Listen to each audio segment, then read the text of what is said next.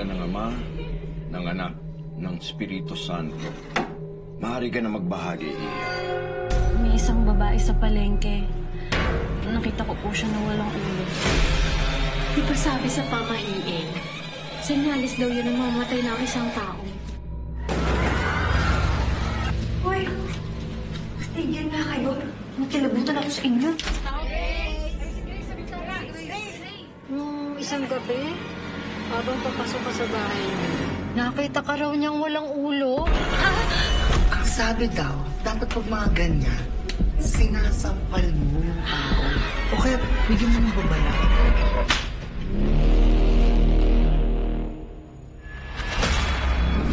Hanggang hindi tayo nakasigurado kung ano naging dahilan ng pagkamatay, walang sino man ang pwede dapat gumalaw ng bangkay. Kailangan ng mga tao ang tulong mo. Paano kung yung bagay na meron ako ay kapalit pala? Nang makarating sa akin ang mga usap-usapan sa lungsod, alam ko na ito ay isang nakakapangilabot na sumpa.